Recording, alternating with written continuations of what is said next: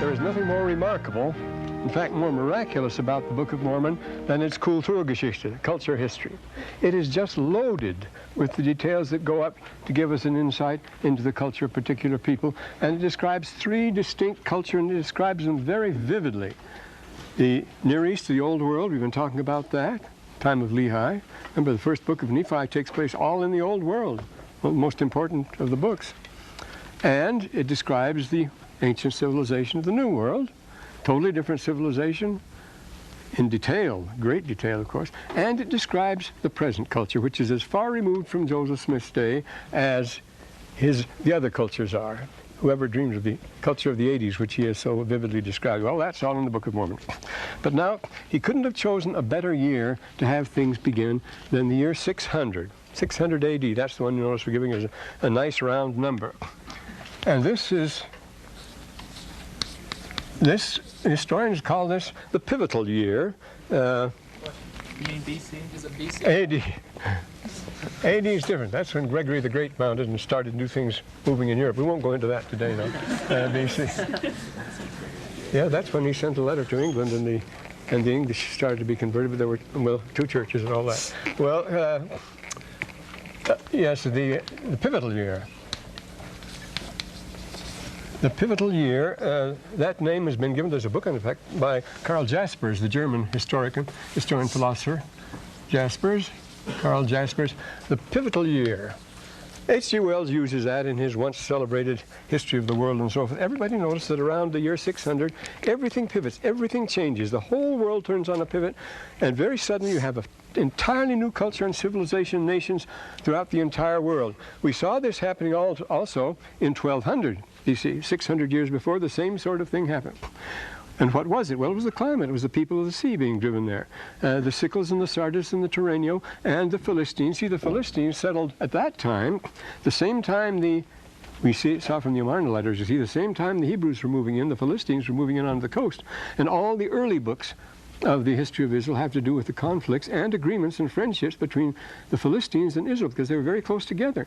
Now, the Philistines were Greeks, and they settled there back in 1200. That's why it's called Palestine. It's named after the Philistines, see, because they settled in Palestine. These people were named, the lands are named after the places where they settled, not the places where they came from. The Terrenio are those who settled in Terrenia and became Etruscans. They came from Asia Minor. And the Sicels, those who settled in Sicily, and the Sardis, those who settled in Sardinia. Finally, they tried to settle in Egypt. And in a tremendous battle, Mykerinus drove them back on the east branch of the Nile. So they had to go on the coast further, up and they settled in Palestine and so forth. But anyway, we have here, the 600 is another of those big times when everything changed. The same sort of calamities happened. In 600 was the passing of the old sacral kingship. That culture between them, you see, kings were sacred and the temple. The king was never crowned in the palace. He was always crowned in the temple, of course. Kingship was sacred. The kingly line was sacred. It was the patriarchal line. This was so in almost all cities. There's a great deal on this subject. But all of a sudden, the sacral kingship passed away.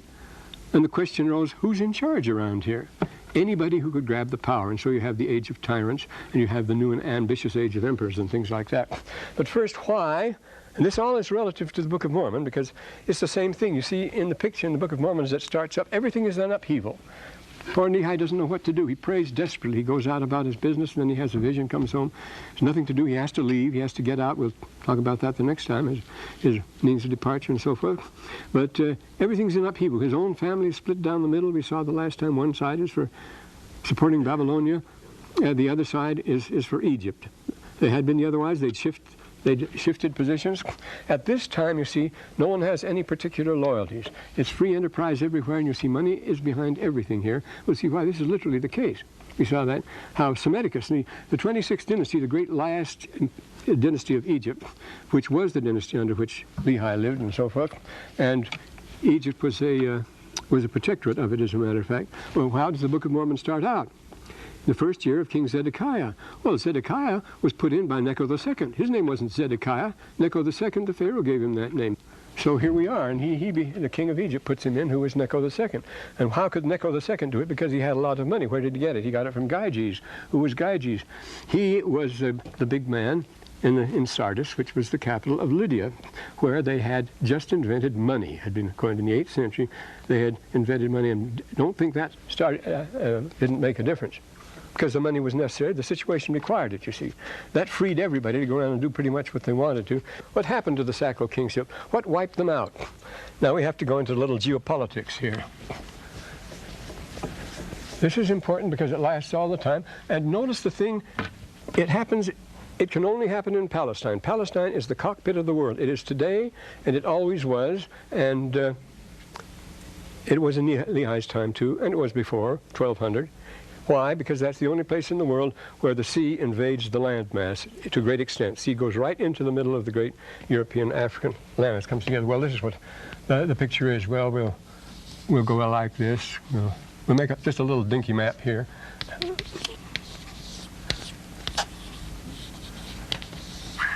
Whoops. And then here Gadrosia, and then India here, and here's Ceylon down here. Got to get a little larger map down. And here's the Euxine, here's the Black Sea up here.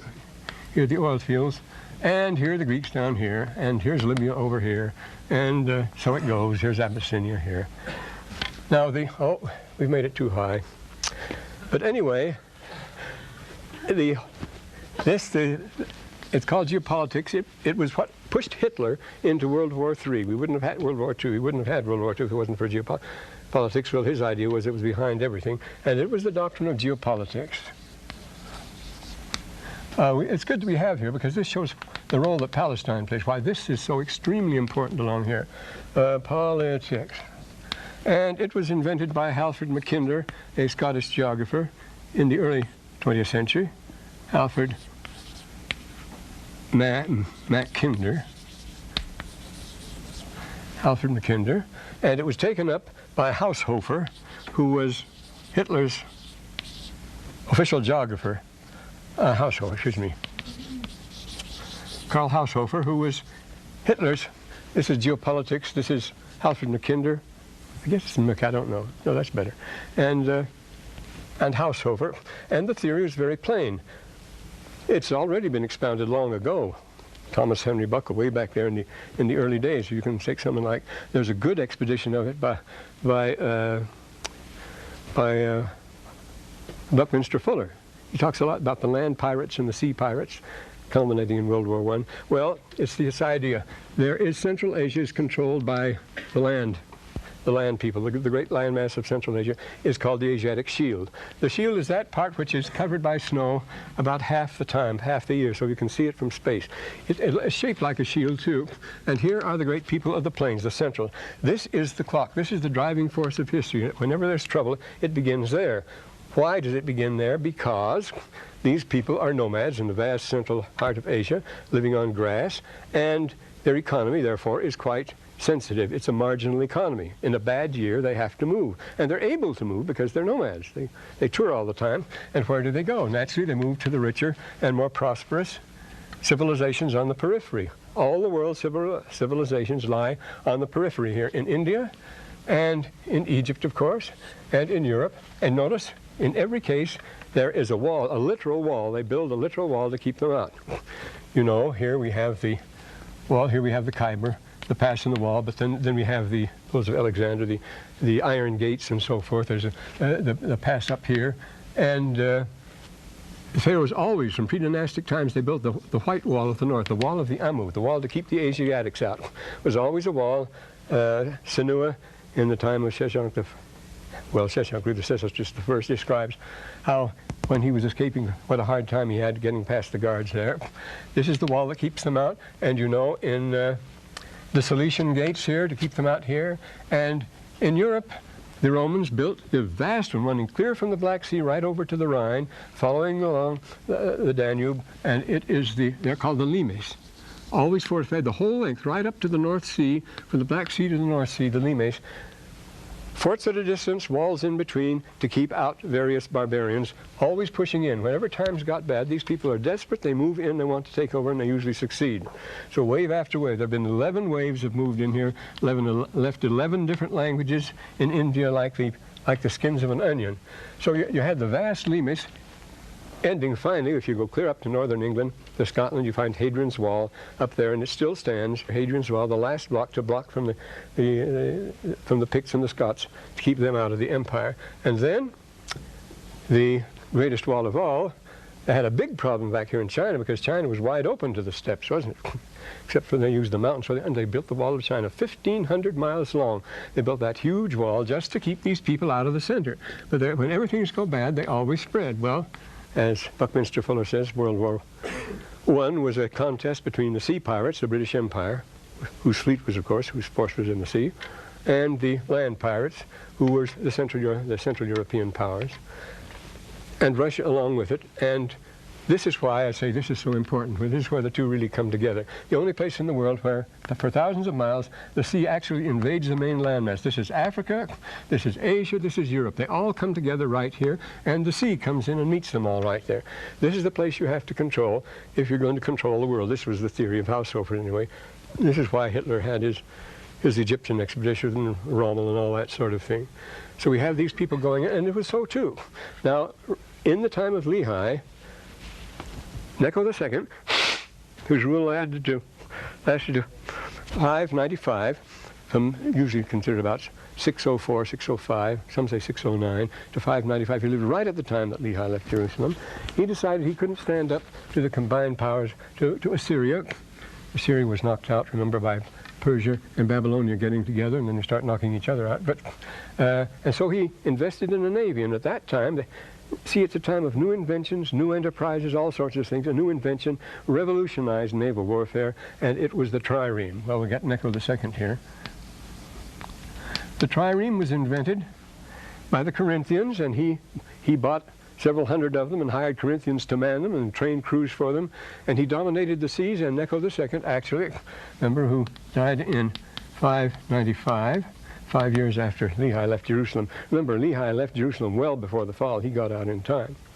But he sent a ship, actually, not a trireme, but it was an expedition, clear around Africa. That's well attested. He sent an expedition around Africa. He built a canal from the Red Sea to the Nile, which you have so beautifully delineated here. They went over to one of the branches of the Nile, eastern branch, and he had his carrion navy. He was quite the person, and he was bankrolled by Gyges. Here's Asia Minor, here's Lydia here, here's Sardis' capital. This man Gyges, fabulously rich. He was so rich he could get, because they invented money in his time, and he took advantage of that. He was right on the scene, and this gave an enormous advantage. Everybody wanted to trade like crazy in these days. They were getting around a lot, you see, and you had to have some medium of exchange. They had them. They had money of various forms and sorts. This was the first real money, just less than a century before Lehi. So money gets into the Book of Mormon and plays an important part, and we find out later the Nephites themselves designed their own monetary standards, and they set it up to suit their own conditions from time to time, and they end up with an ideal monetary system, which is described there, and which Professor Richard Smith of Harvard, who is a member of the church, showed was the most perfect monetary system that could be possibly devised, the most economical, requiring the least number of coins for the greatest number of exchanges and deals and so forth. It was a model. It's based of all things on 7s and 3s and things you'd never expect a monetary system, but it's the beautiful one. And the Lehi, Joseph Smith invented it. See, 23-year-old hick from the sticks. He figured it all out. Well, anyway, this money was very important, and he was the one that he was bankrupt by Gyges. Well, this tells the story of what's going on at this time. This would be typical, because he had the money. And Gyges could do anything he wanted because he had money. The famous story of the ring of Gyges. The honest man, a Greek proverb, is a man who will be honest even though he has the ring of Gyges. The idea was that the ring of Gyges made you invisible so that you could do anything you wanted. If you had that much money, you see, nobody would question you. But a truly honest man, it doesn't make any difference. Even if he has the ring of Gyges, the Greeks would say, you would still be honest. But who would be honest with the ring of Gyges when you can get away with anything? But he was followed by a man known better to you, who is the richest man in the world, and this is typical of what goes on, and he was Croesus. As rich as Croesus, we know that. He was also the tyrant of Sardis. You say, well, how do these men get to be in charge? This is another thing. If the king's gone, I said, everybody was asking, who's in charge around here? Well, now what it would have to be was somebody who was able to take charge, some of the personality and force and so forth.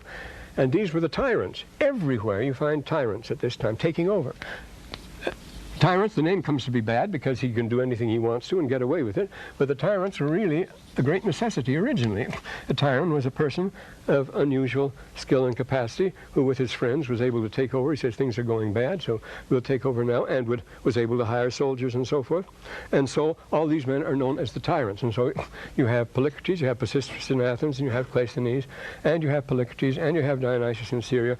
Wherever you go, you find these tyrants ruling. And the kings of Egypt were really just tyrants. They were just a rich family that made them put themselves in charge of the Saitic area of Egypt, and then hired armies, hired carrion troops, paid for by Gyges' money, and they were in business and they trade things and so forth. Very active trade at this time. Remember, Lehi was a man exceeding rich, and he traded a lot.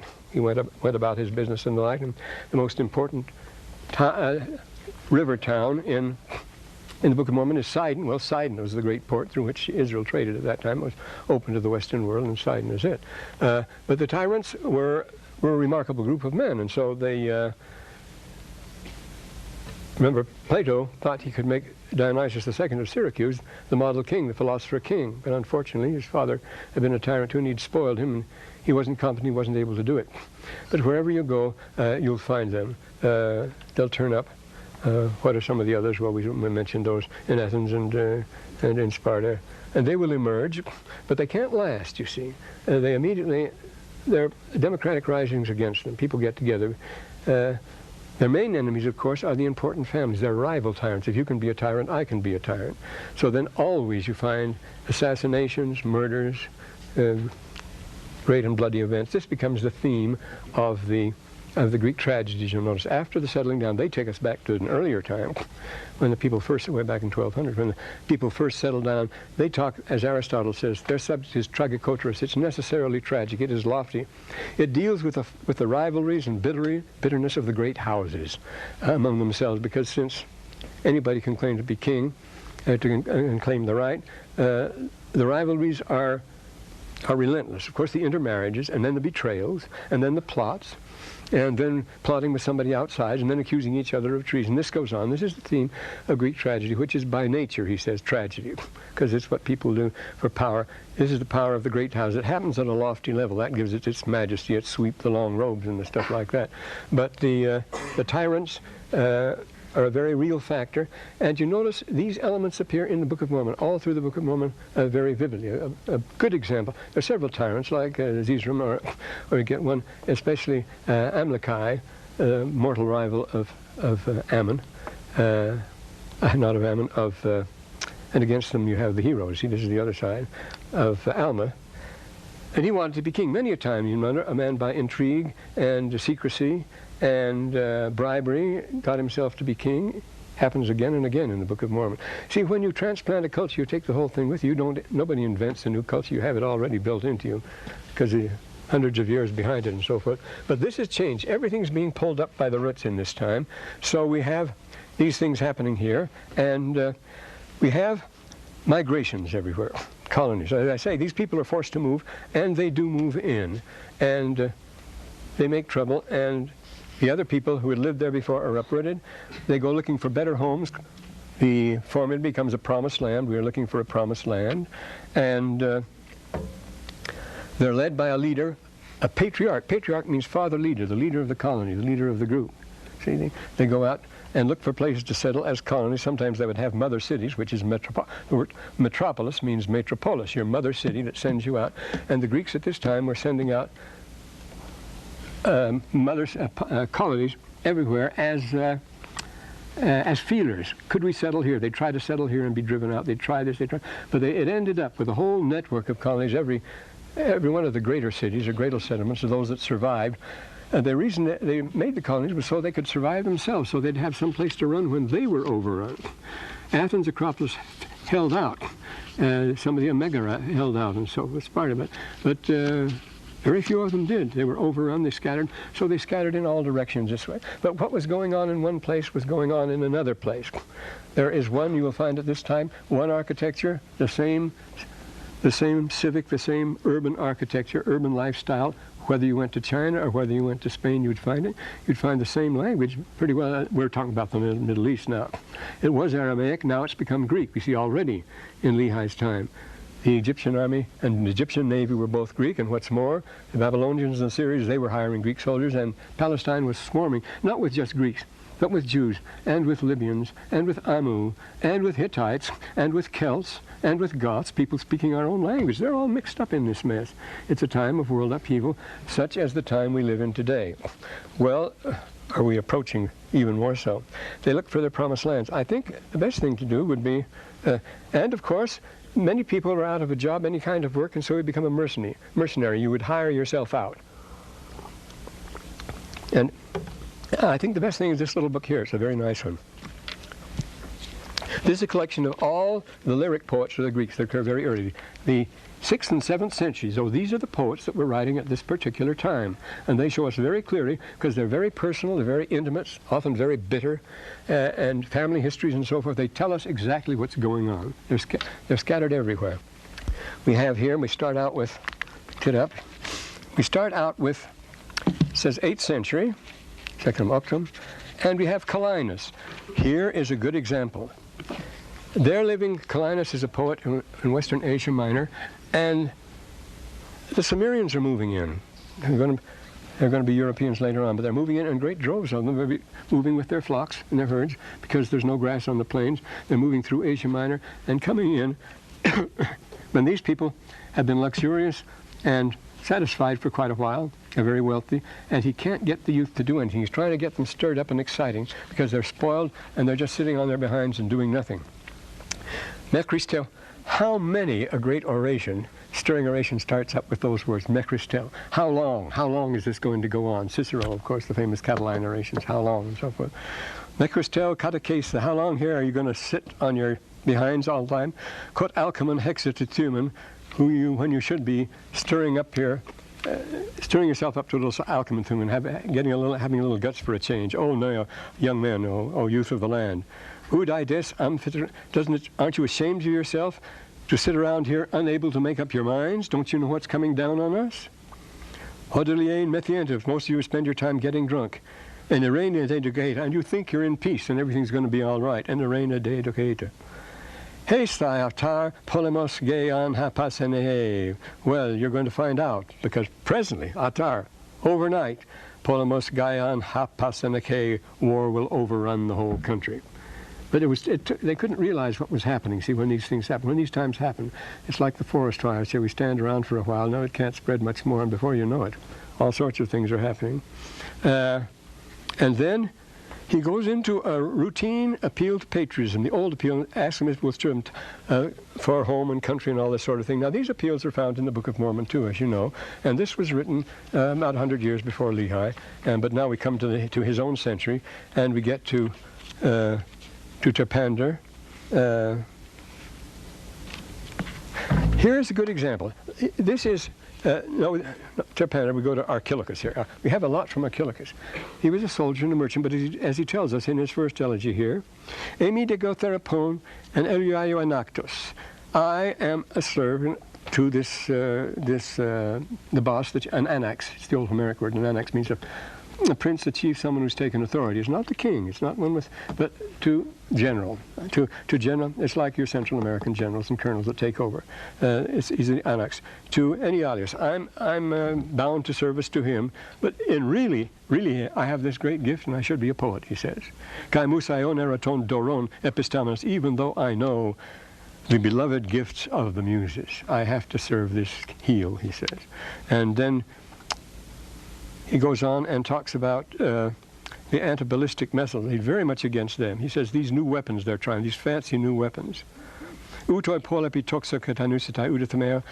don't put any trust at all in these new far-shooting bows and special slings and war machines and things like that. Give me the old-fashioned sword. It's the only honest way a soldier can fight, and so forth. They didn't want these new things. But notice this. Now, he was uprooted, and he is fighting. There's a good one here. Here's a good one. He is now serving Psammeticus in Egypt. Semiticus, the one who is supporting Israel, you see, against and so forth. And Lehi's time, he's getting his money from Gyges, but he is serving and he's getting Gyges' money back from Semiticus. Semiticus is hiring Greek mercenaries. He's the king of Sais. Remember, this 26th dynasty is called the Saitic dynasty, Sais, and he talks about it here. Sais, because it's in the, here's the Nile here, the east and west Nile. Sais is here, you see, and Tanis is here. It's not exactly on this particular branch, but it's a little one inland. That was Sais. This was, and he says, well, he says, my beautiful Saitic shield is lying in a bush somewhere where I left it with great discretion, judiciously withdrawing from the battle which would have ended my days. He says, why should I fight for someone for that kind of pay? Entos amomon kalipon ukethalon. I left it behind undamaged, in perfectly good condition. He said, I left my weapon behind in perfectly good condition, but I didn't leave it willingly, but I left it. Autos deficun thanaton telos, but I would have ended up dead if I hadn't. So he said, I did leave it. And then he said, aspesicani erito, well, I wish it good luck. And this is so typical of the times. Ex autis ctesamai ukakion. I can buy myself another just as good. See, no sense of loyalty because he's a page, he's a hireling. There's a famous poem about one of the Prussian guard of Frederick II. Frederick II was a fireball. You had to conquer the world for the king, of course. This is the 18th century wars, which are purely personal, lots of gallantry, theater, and so forth. At the battle of whatever it was, begins with an F, Frederick was raging and storming, and he says, verfluchter curls, this is treason, this is betrug. You're deserting. The fire got too hot. He says, they were just like hail, and the soldiers turned and started to fall back. He's the Prussian guard. And he says, you're verfluchter kerls, this is treason. And one of them says, I, Fritzl, nicht vom Betrug für 14 Pfennig ist heute genug. He says, no, Fritzl, that's the affectionate name they call him, this is not a case of treason. I've done enough today for my 14 cents. The soldiers are paid 14 cents a day, you see. I've done enough for my 14 cents today. I'll do more tomorrow, he says. But for 14 Pfennig ist heute genug, he says. Well, so the same thing here. Well, I can buy myself another shield. He's not worried. Yes, see, because it's free enterprise. I'm for myself. If the business doesn't pay, I'll go over to another corporation. Nobody feels loyalty to anybody. See, these men are tyrants. They could hold the people as long as they could. That's why tyrant has come to have the meaning it has. A person who cracks down and uses force and violence and trickery to put over his deals and so forth and will stop at nothing. That's tyrannical. Originally, I say they performed the necessary purpose. Well, now, the same time he's serving in the Egyptian army, his brother is serving in the Babylonian army on the other side. This is typical. He had to hire himself out too, and this is the way things went. He talks about Clay. Oh, some of his army talk is really good here. This is certainly the spirit of the times now. This is what do you depend on in a case like this? See, where are your loyalties now? Because economic upset, everybody's uprooted, there's nothing you can count on, the market's collapsed and everything else. Pantatuke kai moira, Pericles is his friend he's addressing here, Pericles andrididosi. Anything you get, it happens to be by tuke or by moira, by chance or by accident, by fate. By fate or by accident, that's all there is. Now, at the Battle of Chaeronea, where the great Demosthenes threw away his shield when he ran from the field, on his shield was inscribed the substance of his faith, te tuche, fate, to luck, to Lady Luck. That's all you could hope on anymore when they had lost that sort of thing. And Euripides has a favorite chorus, and he ends 5 plays that way. I say the great plays reflect. They are tragic because of the tragic situation you're constantly finding yourself in this world. And what is the essence of tragedy? It's not the good guys against the bad guys. Never in the Book of Mormon will you find that. No good army fights a bad army, ever. But what is it? What is it that brings these people together, and what causes this? How do you explain it? Well, you give up, usually, without the gospel, and you say what Euripides says in his plays. He puts this at the end, I say at least 5 of his known plays end with this chorus that they polai morphai ton dominion. The gods take many forms, fate takes many forms, polai theoptus crinus itheoi, and many unexpected things that they bring to pass. Kaite doke thentu keteleso, the things we had been taught all our lives to expect were right, uketeleso don't go into fulfillment at all. It doesn't turn out that way. Ta dadoketon, ton dadoketon, poron heurotheos.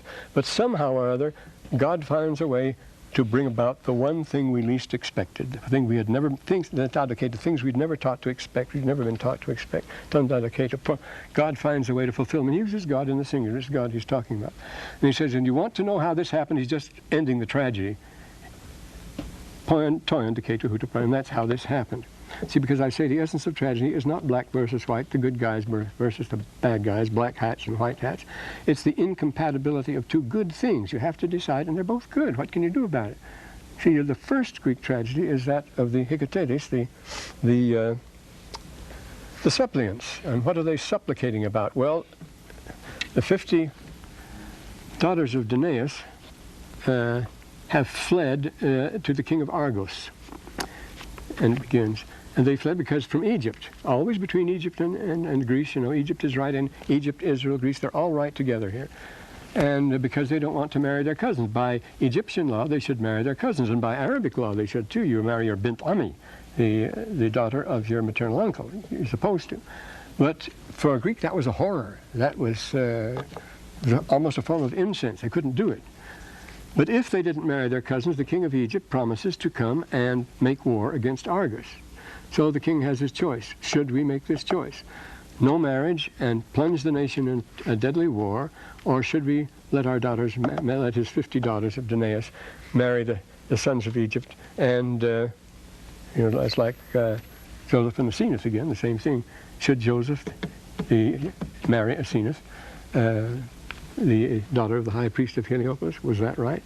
Well, the rabbis talked about that. But what was the choice, you see? You had either choice, war, or breaking a high moral law. The one or the other, and they were both moral. It was immoral to plunge your nation in war. It's immoral to do that. And this is the typical situation. So the scene opens with the king. His opening words are, Pedes chronein frey. Children, we must think about these things. We must weigh the situation. So we have all the necessity of thinking about these things, putting them together, considering the issues. This is the sort of time that we're living in here as we are today. Now, it's a different time today. You have no idea how different it is from what is when I was teaching 50 years ago. Believe it or not, half a century ago I was teaching. Isn't that wild? So we go on here, but he has some other things to say. About various things. Here's one about Alcibiades, about the fig tree. The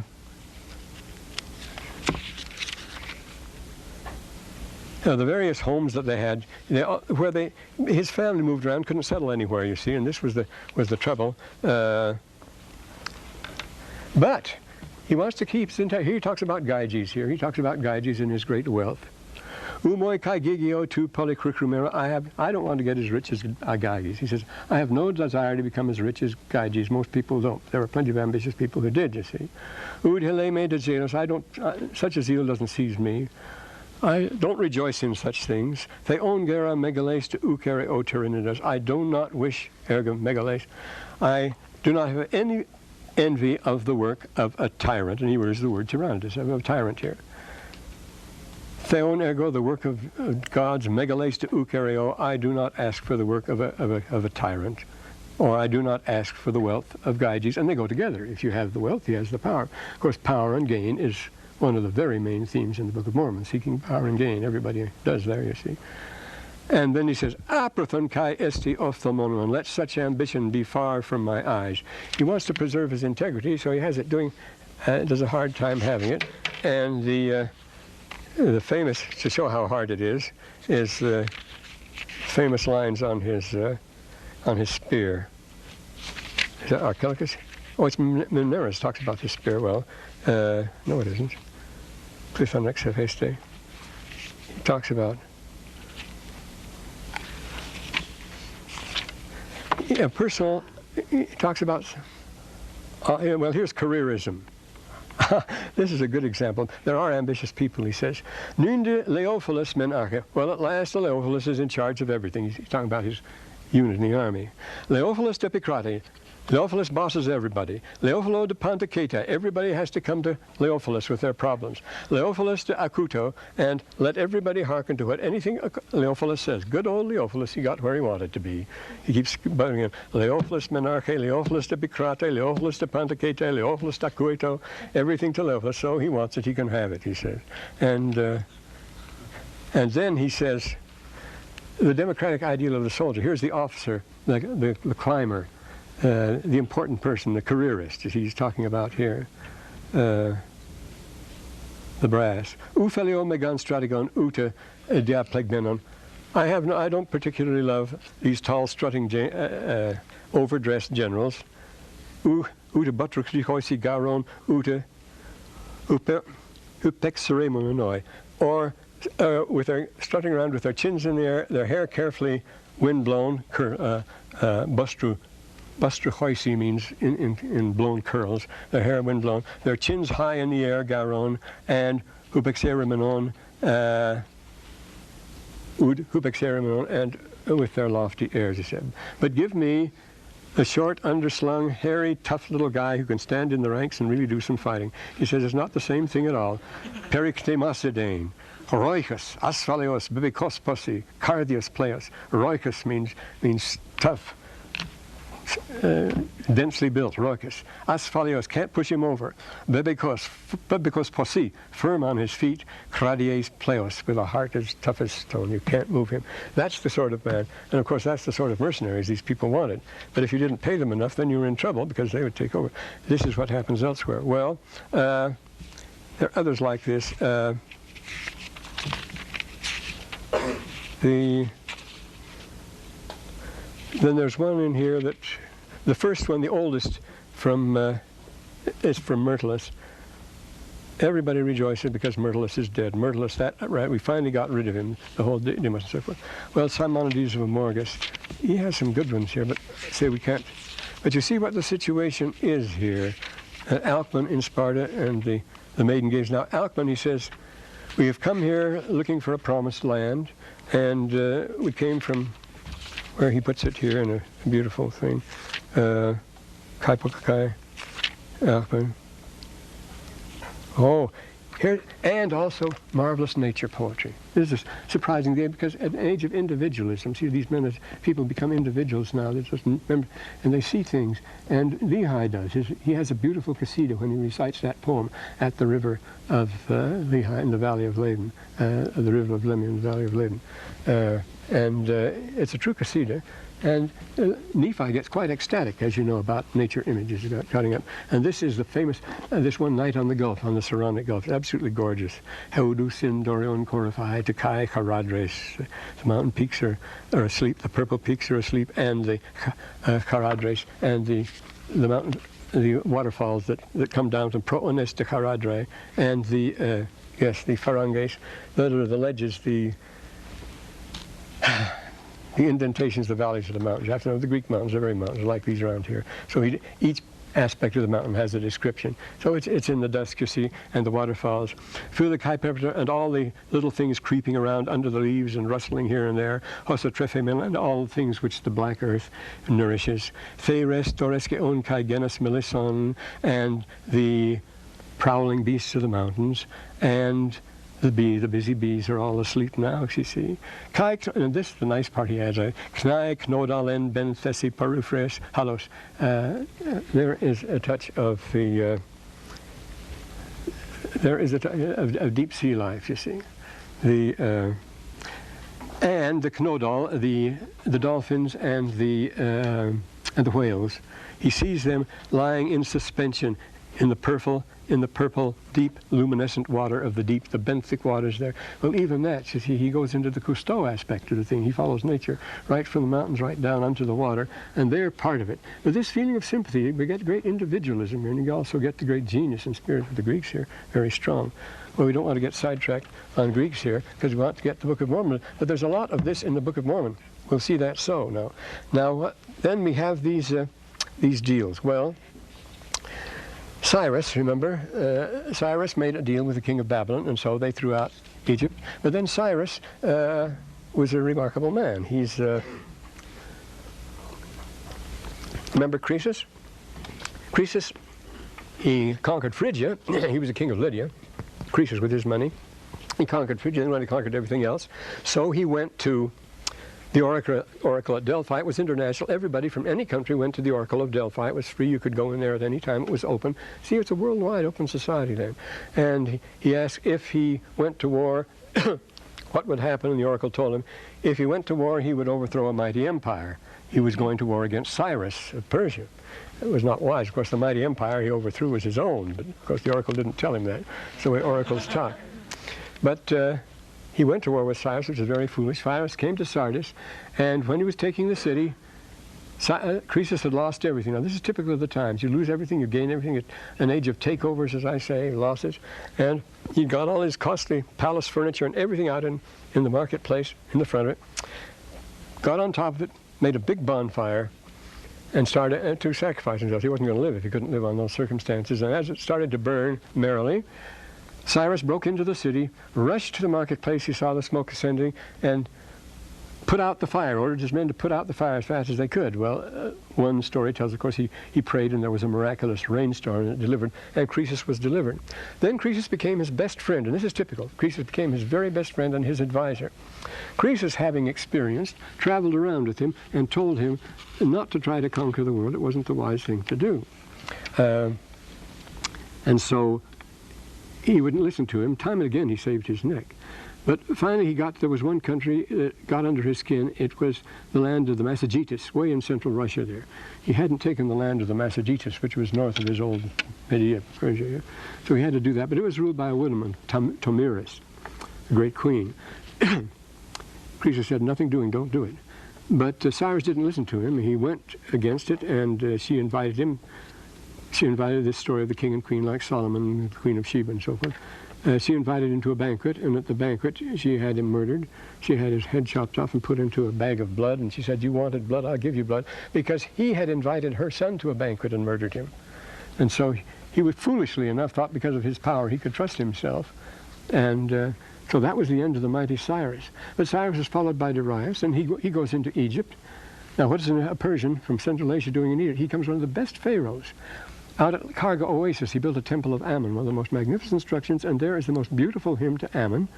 Ammon, you see, Ammon is the common name of the Book of Mormon. It dominates through the Book of Mormon. Well, anyway, the hymn to Ammon you'll find written by Darius I at the Karga Oasis in the temple there. His son Cambyses was a good man, but the Egyptians hated him, and they accused him of madness and all sorts of things. But his son Xerxes, remember, was the one who marched against the Greeks. The Greeks overcame him at Marathon, and in the Battle of Marathon, the one who won the Congressional Medal was Aeschylus and his brother. Now, Aeschylus wrote a play called The Persians, and he gives an account of the Battle of Marathon, and as a first hand, remember what we're dealing with is Xerxes, who is the son of Darius, and who was a pharaoh in Egypt as well, and Xerxes was a pharaoh, and was very close to Israel. Cyrus becomes one of the saints of Israel, the second Cyrus, because he delivers Israel from Babylon, and so it goes. But anyway, Aeschylus tells about the victory, the great victory of the Greeks over the overwhelming Persian force at the Battle of Marathon there, I say, in which he took a stellar role. And in the middle of the play, in every play, the ghost has to appear. See, it's a religious affair, like Hopi dance. You have to have the sipapu there, and it's there. There's an altar in the center of the stage, and there's a canistra, a sand patch where no mortal is supposed to set foot. This is the barren area, the neutral area between this world and the other world, where the play does not take place. The canistra is just dusted sand where nothing grows. In the center is an altar. The Hopis arrange it the same way. They have the altar, and then they have the two trees with the baho feathers on them, the spirit feathers, and that's the sipapu, the hole to the underworld, from which the spirit appears. Well, in the middle of this play, at the climax of the play is, you would think, this is glory, this is patriotic flag waving, letting the eagle scream and so forth. Not a bit of it. Xerxes is really the hero for Aeschylus. When he comes in, he's utterly bedraggled and beat. It's after the battle, you see, all covered with dust. He's been running for his life. His garments have been torn and so forth. Anything but the mightiest king in the world as he comes in, and you pity him. And the play ends on an upbeat note. His mother tells him, well, you've made idiots of ourselves. Let's go down and try to pick up the pieces, and everybody feels much better. But in the middle of the play, Darius appears, and he doesn't rebuke Xerxes, his son, for hybris, for going too far. We'll have to mention that. He rebukes the Athenians. He says, let this be a lesson to you, Athenians, at this moment of patriotic triumph. You see, this was just right after the battle, right there. And of course, this was years later. He was quite young at the earlier time. But in this patriotic fervor, he just throws cold water on the whole thing. He says, look, when you get rich and powerful, this is going to happen to you, Athenians. This message comes to you. Same thing in the Book of Mormon, remember. The greatest patriotic celebration they had was the celebration of the triumphant rule of King Benjamin, in which they had victory and triumph and prosperity throughout. He holds a great assembly of the nation, and all he does is tear them down, he says. And to put you in mind of your nothingness, he says, I would that you remember. Keep in mind the goodness of God and your own nothingness, then you will always rejoice, and so forth. They had to teach them to rejoice. These 4 stages that the Greek tragedians repeat, they're repeated in quite a number of plays, are the 4 that we follow. We follow them in the Book of Mormon too. They are Olbia, chorus. Yes, chorus. We all know what hybris is. And then A-T. This is what you go through. Olbia is happiness, prosperity in everything, having what you want, and not necessarily getting it dishonestly. Prospering in the best possible sense is Olbia. But when you have that, then you get chorus. That means full. After you're eating, when you had all you can eat and you insist on eating more, that's bad. That's chorus. That's overfilling. That's forced eating. You've eaten too much when you have chorus. And that leads to this hubris, this overconfidence. You think you are so important, you automatically feel that you are the good guy and what you do is all right and so forth, and you take advantage of others, and then you start playing the game pretty rough. That's the way powerful people always do. So this is hubris, and the final stage is AT. AT is the point in which you participate in ending the play as fast as possible. When you've reached the point of no return, there is no, la commedia finita, there's no point to continuing the play. Things will just get worse. As the Book of Mormon puts it often, you either are ripe in iniquity, if you get any riper than that, you rot, as Shakespeare says, or the cup of iniquity is full. You cannot dilute it anymore. There's nothing you can do about it. If it's full, you can't add anything to it. You can't take take something from it is what you're going to have to do, tip it over. But when the cup is full and when the fruit is ripe, you can't go anywhere after that. And that is the point of 80. Then the point is to end the play and not let the misery drag on. So everything the person does, he walks as if he was sort of hypnotized, and the things he says and does he's subconsciously aware of what he's doing. He's trying to get rid of himself. It's almost a death wish that you have there. You want to end the play as fast as you can, and that's 80. You see, that will seize upon the people. Now, these great forces they all came out among the contemporaries. It was Lehi's day, say that year 600, when this all comes to a head. The whole thing gets launched at that time. So there's no better period at which you could launch a new civilization than in the time of Lehi, because he was a colonist, he was a patriarch, a father leader, he was driven out of a city, they collapsed, we're going to see what the collapse, he was a victim of the great powers and so forth, and but we have another element in here, and this makes quite a bit of difference. And the point is, this is so much like our own time and our own world, and the point is that he has the gospel. Remember, he went out and he prayed. He's going to tell us right at the beginning of the first chapter. He was absolutely sick. He couldn't stand it. And then he went out and saw this, had his sunstroke or what it was out in the desert. He ran home, threw himself on his bed back to the house of Jerusalem. Then he thought he was carried away. And then he saw what happened. He saw the counsel of the pre-existence. He saw the plan. He saw the Lord coming down. He saw the 12 apostles. He saw how it all worked out. And from then on, he was one happy man. And he went out. He was glad. He could do nothing but rejoice after that. He went out and tried to preach and ran into real trouble and had to leave town. Well, this is another story which we'll take up later. But this picture is a real one, and it includes ourselves. So many things are happening now that we thought would never happen before. As good old Euripides says, "Kaitodoke tentu katalesto." We thought this would never happen. We thought there would be forest fires, but not wipe out. It's not finished yet. A good part, say, of Yellowstone or things like that. And we thought that there would be breakup of the ozone, but not 5 times as fast as it's going now. We thought that there would be a greenhouse effect. But we didn't think it would break. We thought it would take 300 or 400 or 500 years. We didn't think it would take 10 years. And so everything's being hastened now. And there's an acceleration. You notice throughout the Book of Mormon, there's a great sense of urgency. And this book was brought at a particular time for a particular place, addressed to particular people. That this comes to you, O ye Gentiles, that you may be wiser than we have been. You don't have much time, but do what you should do and don't do what you are doing. It keeps telling us. So the Book of Mormon has a real message for us.